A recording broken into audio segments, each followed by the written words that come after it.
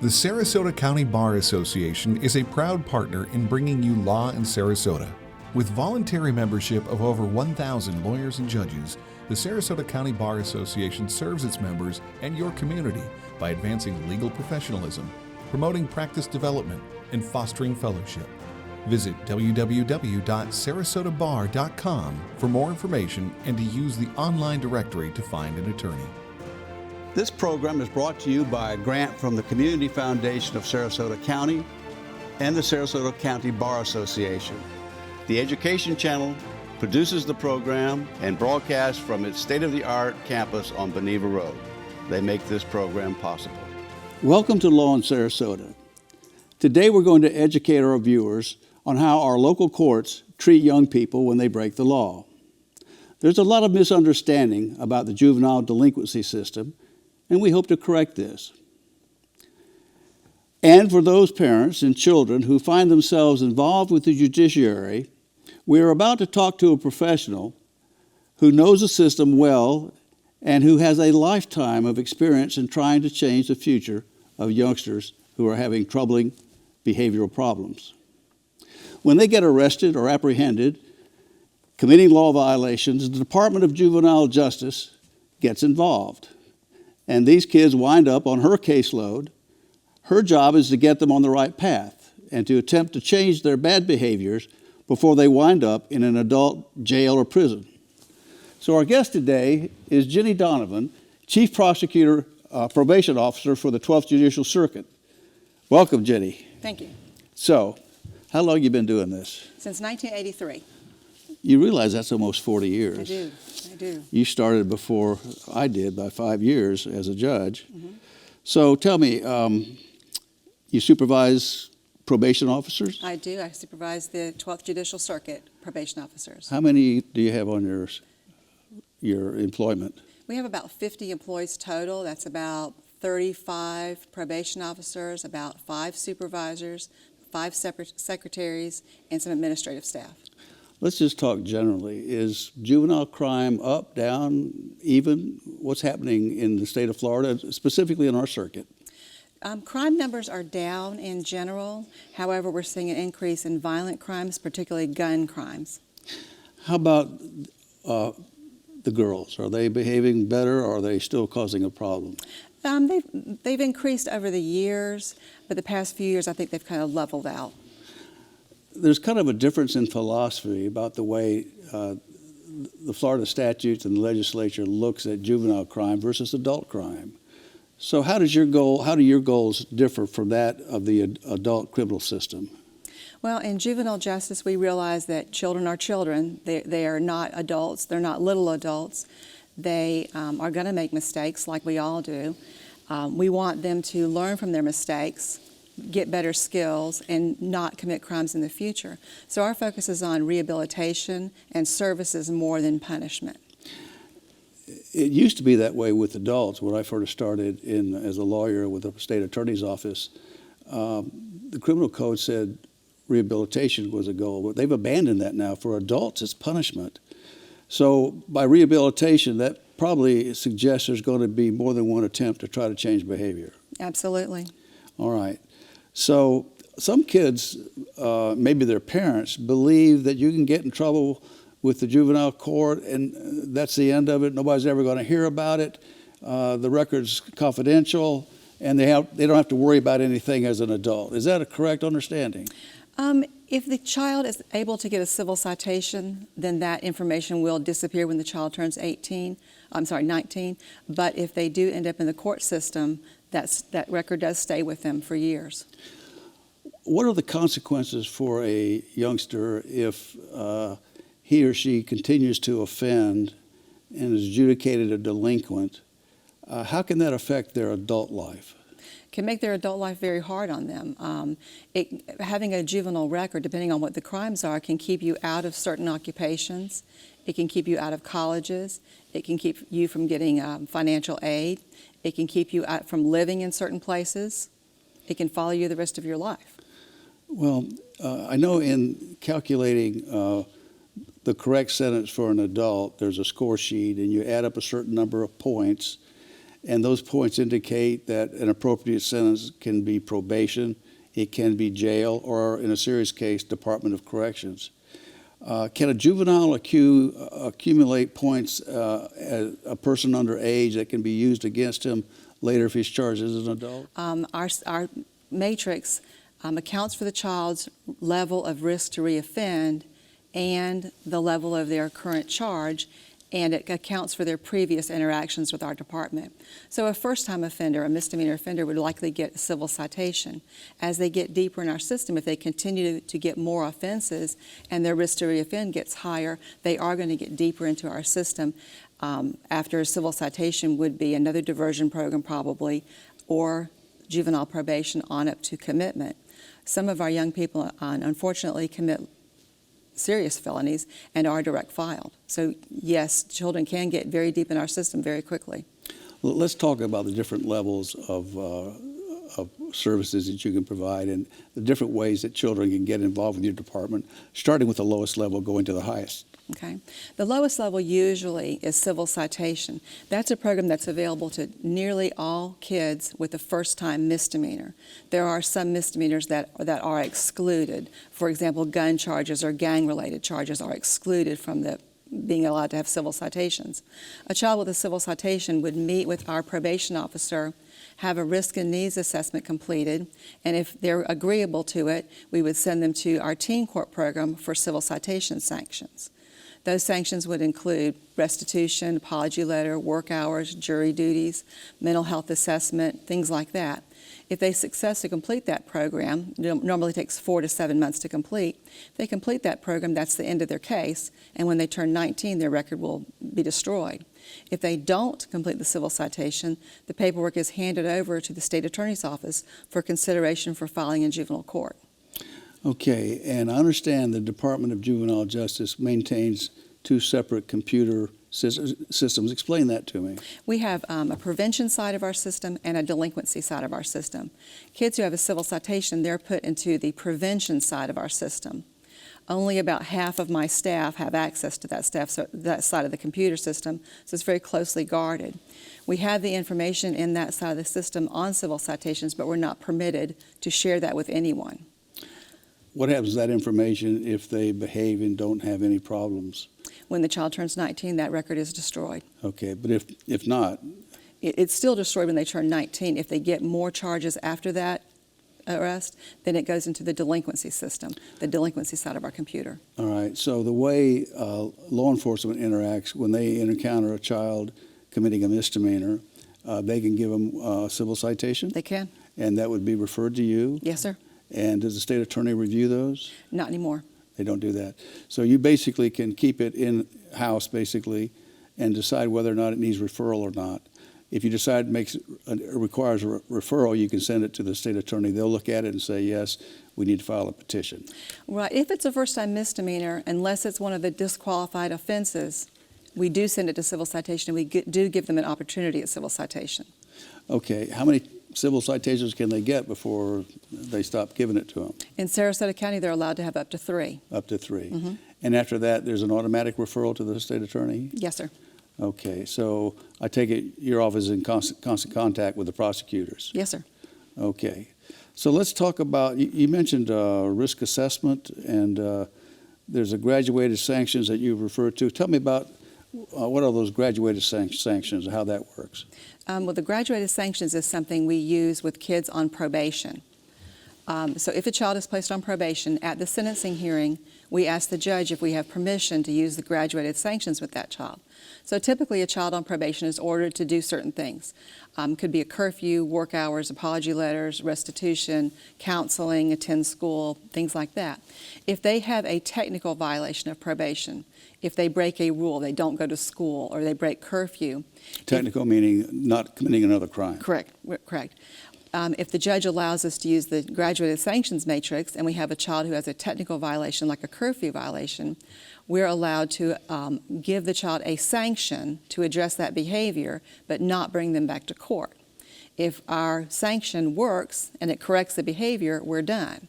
If it does not correct the behavior, then we do end up reporting that violation to the court. So basically, that graduated sanction gives you discretion as to whether or not to make their life a little bit more intense or to give them another chance to work things out. Right. It used to be it was pretty much zero tolerance. So when the kid violated, he came right back to court.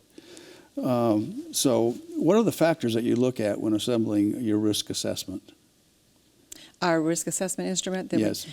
Every child that we come in contact with, even the civil citation kids, get a risk assessment done on them at the very beginning of our case. And that helps us determine what services they need. So we look at 12 different factors, everything from substance abuse, how they spend their free time, how they're doing in school, what their family history is. We look at all these areas and determine what areas we need to focus on. So some kids might they need more supervision. They need some structured activity to engage in. So those kids, they might go to teen court and be encouraged to attend in some kind of after-school program to keep them busy. I know, having served rotations in the juvenile division, that the sanctions that you come up with on probation can be fairly useful, especially for the parents. I'm thinking, we have parents that come in and say, well, Johnny's a good kid, but the kids he hangs with are bad influences. You hear that all the time. And you can actually interrupt that, can't you? Yes. Standard condition of probation in Sarasota County is not to associate with other children on probation. And you can drug test. Yes, sir. And that's part of it. You say a curfew. What's a typical curfew? Curfew in Sarasota County is generally 8 p.m. until 6 a.m. What if they have a job? They're allowed to work. They just have to get home within a reasonable period of time. Okay. So let's talk about what happens. Let's assume a child's been put on probation, and you've worked your graduated sanctions process, and you think that this child is just blowing off this probation, not staying at home, taking drugs, not going to school. How do you get their attention? We usually bring those kids back to court either by way of a violation of probation hearing or an order to show cause. An order to show cause just alleges that they have violated the court's order. I can tell you, having seen youth come before me after repeated warnings that if you don't do this, that, and the other, something's going to happen. Mm-hmm. And this is when it happens. I mean, they put the handcuffs on them, and they take them to the juvenile detention center, mm-hmm. and they did not expect it. It's like they thought they were immune from consequences. Right. So I guess part of what you do is to try to convince them that there are consequences for bad behavior. Right, that's a life lesson everyone needs to learn. And a lot of these kids come from parents where parents allow the kids to do just about anything with no sanctions. They'll threaten them with some sanction, and at home, and kid just says, "Well, I'm not going to do it." But when they get to court, there are consequences to to improper behavior. Right, and we do unfortunately occasionally we have parents who try to protect their child, so the child is breaking curfew every night and they don't tell us. Would you have some advice for parents who have a child on probation? Yes, you need to be honest with your child, and you need to be honest with the probation officer. You're not doing the child any favors by covering for them. We eventually find out, usually, law enforcement helps us with curfew checks. If we find out your child is violating curfew and you haven't told us, that gives us a bad impression of relying on you as a reliable parent for us. You're not doing your child any favors by covering for them. It comes as a surprise to many kids, too. They have the curfew from 8 at night till 6 in the morning, and probation officers may show up at midnight. Or law enforcement. And law enforcement does. They make house checks, and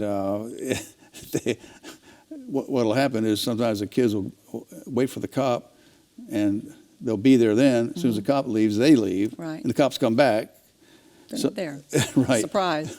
But the first offense, once a child's on probation, and let's say she violates it, comes back in front of the judge can order how many days in secure detention? For the first violation of probation order to show cause, they can order 5 days in secure detention. And if there's multiple ones? 5 days for the first and 15 days for each subsequent one. And they can stack them up. So you could have 20, 25, 60, yeah. And, I'm sure you're not happy about them going to detention either.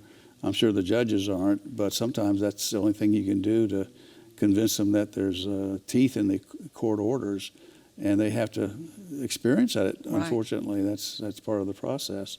Let's talk about how the legal system works. Let's say the state attorney files a petition. How's the child be represented? How do they work their way through the system? Well, usually our probation officers are involved before they get to court. So we have the case, we try to have an intake appointment with the child and the parent. We try to do our risk assessment on the child, talk to the parents, what do they see, what do they think are problems. We can make referrals at that point. We can't force the child to do anything. We can't force the family to do anything, but we can refer them for counseling. We can refer them to various programs in the community. When we do get to court, we usually will make a recommendation for what we think is the best sanction for that child. It could be a teen court, it could be one of our other diversion programs, it could be probation. And we recommend sanctions to go along with that program. So what are the typical services available when you have a child and you see there's issues? Where do you go to in the community to get that support? We rely a lot on our mental health providers in the community. First Step? First Step, Coastal, Centerstone, we use all the programs. Some people use their private providers, which is fine. When the kids are on probation, we have other services that are available to them. We have an in-house counseling program, master's level therapist that works with the families once or twice a week for about 16 weeks, no charge for that. It's called Impact Counseling. We have a probation day treatment program, which works with the kids 5 days a week. They don't yet necessarily go to the program 5 days a week, but they're in contact with the child 5 days a week. And they offer various criminogenic type programs to reduce criminogenic needs. So the evidence-based programs to address the criminogenic needs. Sometimes the problem that the youth is expressing is a family problem, parental influence or lack of influence. What do you have for the parents? Well, the Impact Counseling Program does work with the parents on the parenting skills. And we also have, our counseling programs in the community do have parenting components to them. Okay, so you told us about civil citation and things that can happen when they're on probation. What happens if they continue to violate the law? What is the ultimate sanction for them if they don't behave? They could end up being committed to one of our commitment programs. Give me examples of some of those. We have halfway houses, we have youth academies throughout the state of Florida. These are locked, secured programs. Kids go to them anywhere between 6 months minimum stay on up to 3 years. We have different levels of programs, and programs are designed for certain types of behaviors. We have some programs just for sex offenders, some programs for kids with substance abuse problems, some programs for dually diagnosed children. So we have various programs throughout the state, and the kids are sent there by the courts. They go and they have to earn their way out, so they have to work through a level system in order to earn their discharge. And I think you probably also deal with youth that has low IQ. Yes. And how do you try to help them out? We have programs that are designed for kids with that are low functioning. So they have the programs that are a little lower functioning level that those kids can understand a little bit better. Often there's an overlap between children who have delinquency issues, and they're also involved with DCF, foster care, or other aspects of DCF's jurisdiction. They call them crossover kids or dually involved. What coordination do you have now with Department of Children and Families? We have a lot of coordination with them. We're able to have interagency staffings. Typically we'll have between 20 and 40 people on these calls. So we'll have a call on a child and everyone will have their opportunity to say what's going on from their aspect. And we identify the problems and work out, how we're going to work on those problems. Sometimes kids have 3 or 4 interagency calls in a month. Wow. To try to get things on the straight and narrow. So each agency knows what the other agency is doing. Is the biggest challenge trying to find housing for these children? Sometimes. Some kids can stay in their own home or in their own foster home, or they're in our programs. But yes, a lot of times we do have problems with where to put a child. When a child appears before the court at what we call a detention hearing, which is the first event in front of the judge, do they get a lawyer? They usually are appointed a public defender, or they're told to get their own attorney at that time. And so what are the judge's choices when that child's in front of her, what options can she use for placement or for home detention, or what are the options? Well, we have a detention risk assessment instrument, which was developed by the state. It had input from the Sheriff's Office, State Attorneys, Public Defenders, and it gives a child gets a score on that. The score is based on their current offense, their prior record, whether or not they've had failure to appear in the past, whether or not they're on any court-ordered supervision at the time, and they get a number score on that. If they score 6 or below, we release them outright. They don't have a detention hearing. If they score 7 to 12 points, they're placed on a level of supervised release. We have 3 levels of supervised release in our area. We have regular home detention, we have intensive home detention, and we have intensive home detention with electronic monitor. How do those differ? Just in the level of contacts. We also have secure detention if they score 13 points or higher. At the detention hearings the following morning, the judges typically go with the score. So if the child scores for secure detention, they usually stay in. If the judge wants, the judge can go up or down. So if they score for supervised release, the judge can securely detain them, and vice versa. If they score for secure detention, the judge could put them on supervised release. The first level of our supervised release is called home detention, and the kids are checked on by our staff 1 time a week. The second level is intensive home detention, and they're checked on 3 times a week. The third level is intensive home detention with electronic monitor. These kids have an ankle monitor on, and they're checked on 3 times a week. Goodness, okay. Let's talk about detention. You say 21 days. That's currently, apparently the law is going to change. Yes. If the governor signs the bill, which is pending at the moment. Let's talk about the Regional Detention Center. How is it configured? How do they provide services for the children? It's broken into mods. So each the girls have a mod, and the boys have at least 2 different mods based on the age and the size of the kids. The kids get services in the detention center. They have counseling services in there, and they have educational services in there. It's mainly to make sure the kids are safe, show up for court, don't commit additional crimes. It's not a treatment facility. Right. Have you found that that is a useful tool for children? A lot of times it is. A lot of kids who enter our system, one and done. They commit 1 offense and they're done. So it's quite a wake-up call when they get put in the back of a squad car, taken to the assessment center and detained and have to go to court. It's quite a wake-up call. And a lot of the kids we deal with stop right then and there. Okay.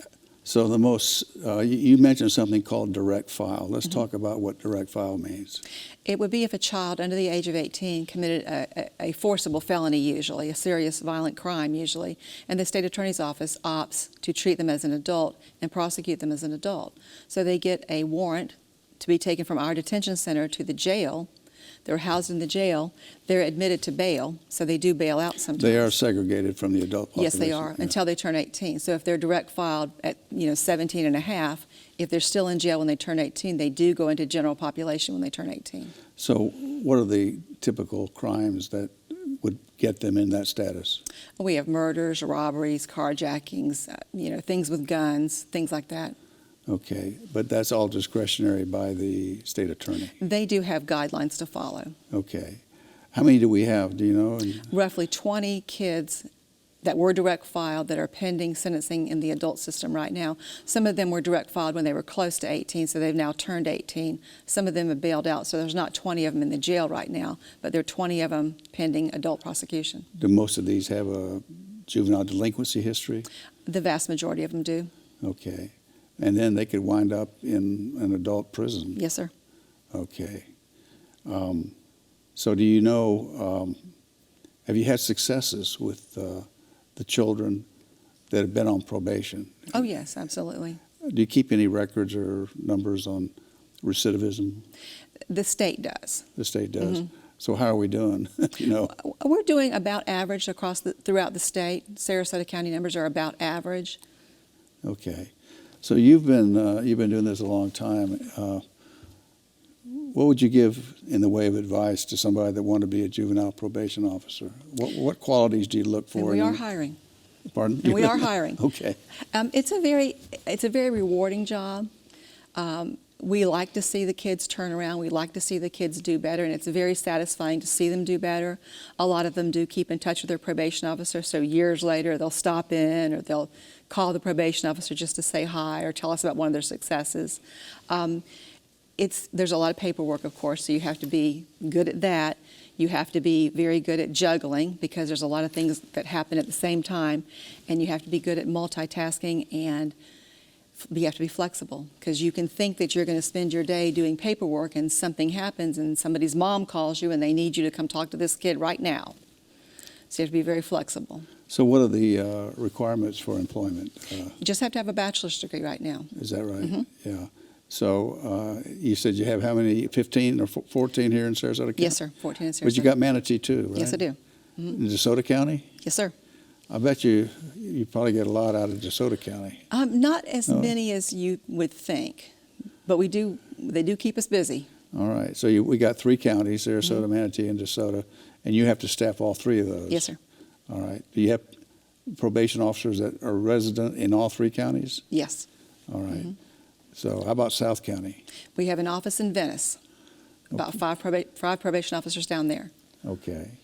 Well, it sounds like it can be a very frustrating business because you're talking to a kid who is representing they're going to do everything right, and then they fall off, and you got to try to redirect them. So it takes a lot of patience.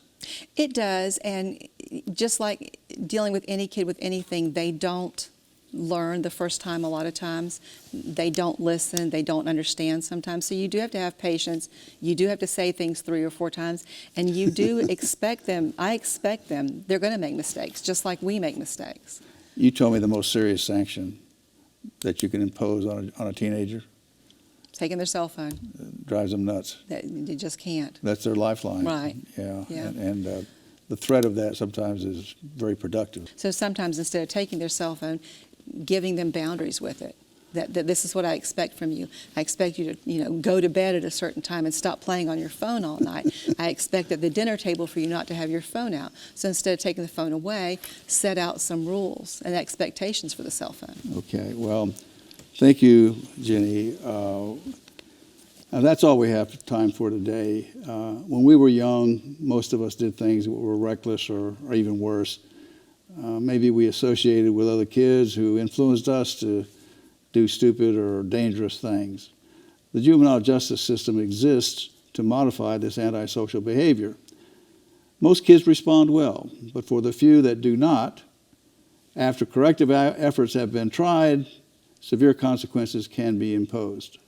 It's a difficult job, but we're fortunate to have a compassionate but firm probation officer like Ms. Donovan to see that interventions are employed that have the best potential to change young people's lives. Thank you for doing this, and this is Lee Hayward signing off for Law in Sarasota. For more than 40 years, the Community Foundation of Sarasota County has partnered with estate planning attorneys and their clients to unlock possibilities for everyone who calls our region home. Our motto, Be the One, reflects our deeply held belief that anyone can be a philanthropist and give back to our community regardless of means. Visit www.cfsarasota.org or call 941-955-3000 for more information.